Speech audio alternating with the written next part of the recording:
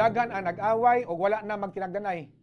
Tungod aning nahitabo ni kanhi Presidente Rodrigo Duterte nga diin usa sa mga gipasangilan kung anong nadakpan si Duterte. Mao si President Bongbong Marcos. Kay si Bongbong Marcos mo iniplite sa eroplano nga gisakyan ni Duterte paingos Netherlands. Nasairan niya ang Office of the President mo inibayad sa eroplano nga gisakyan ni Duterte paingon sa ICC. Ang gobyerno gitugutan ng mga pulis sa pagdakop ni Duterte mga suking tigaminaw. Daghan ang naguba nga maayong relasyon tungod sa isyu ni Duterte og Bongbong Marcos. Naputol ang panaginigalaay tungod kay managlahi man ang baruganan sa pagkadakop ni Duterte nga gidala ngadto sa ICC. Kining mga anti-Duterte ingnon dayon og dapig sa mga bangag o dapig sa mga drug addict. Kabantay mo? Kini mga anti-Duterte, mga suking tigaminaw mo padayag sa ilang opinion diha sa Facebook, ingnon dayon nga dapig kunos mga bangag o dapig sa mga drug addict, mga kabombo. Ang kini mga anti-Duterte. Samtang ang mga anti-Marcos ingnon pod nga kampo ni Satanas tungod kay niuyon ra sa extrajudicial killings.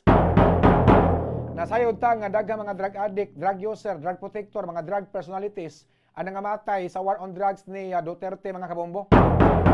Ang dakong sipyat lang kay dunay mga inosente nga mga bata ang naangin o naamong sa war on drugs, naigo sa saag nga bala hinungdan nga perting pataya.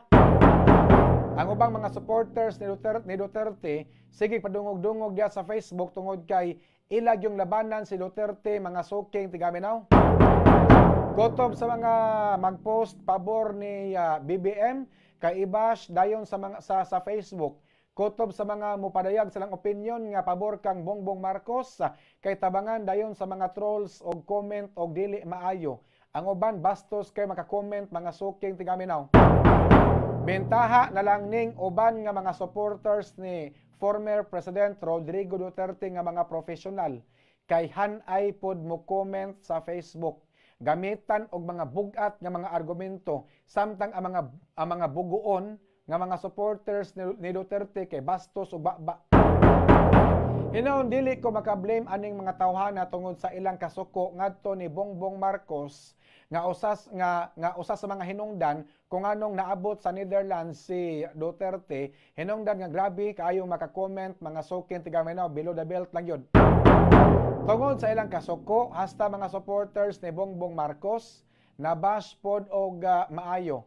Daghan ra ba kayo og supporters si Duterte? O nya kini mga supporters ni Duterte murag andam nga makigpatay basta kay mabalik lang si Duterte diri sa Pilipinas, mga suking tigaminaw.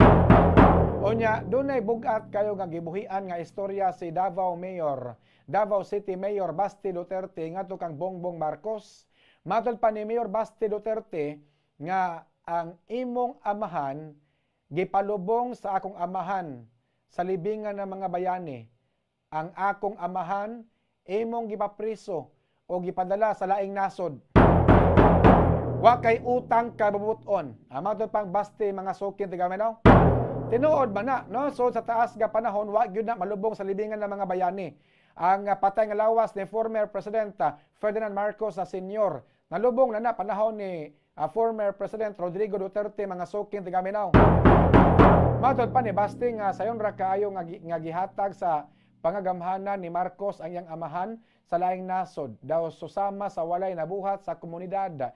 Dinaduna kini dakong natampo sa nasod. Nasairan nga si kanhi Presidente Marcos Sr.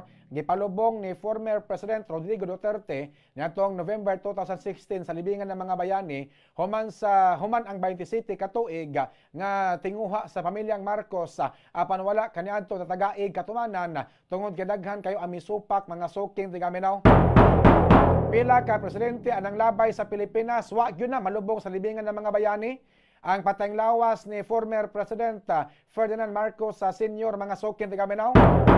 Apan gumikan sa pagtugot usap usa sa mga rason nga nalubong na diha kay nitugot ang punto si former President Rodrigo Duterte nga malubong sa libingan ng mga bayani, mga suking tigaminaw.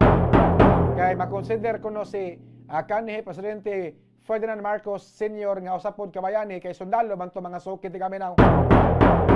So nagisgot na diri og utang kabubuton mga suking ti Gaminaw. Kung di patungod sa mga Duterte, dili makabalik sa Malacañang ang mga Marcos. Kung dili patungod sa mga Duterte, dili malubong sa libingan ng mga bayani ang ilang amahan mga kabombo. No? Only in the Philippines, 36 katuig, gipalayas sa katawhang Pilipino ang mga Marcos. Gipalayas ang pamilyang Marcos diya sa Malacañang. Apan after 36 years, gipuli ang anak pag-eleksyon pagka 2022. Kamo mga anti-Marcos, nga nung gibutaran masad niyo Bongbong Marcos, nga suko man kay mo anak niya? O sa nabudol mo? Kani mga tawhana nga anti-Marcos karon, mao ni mga tawhana nga nibutar ni Bongbong Marcos kaniadto.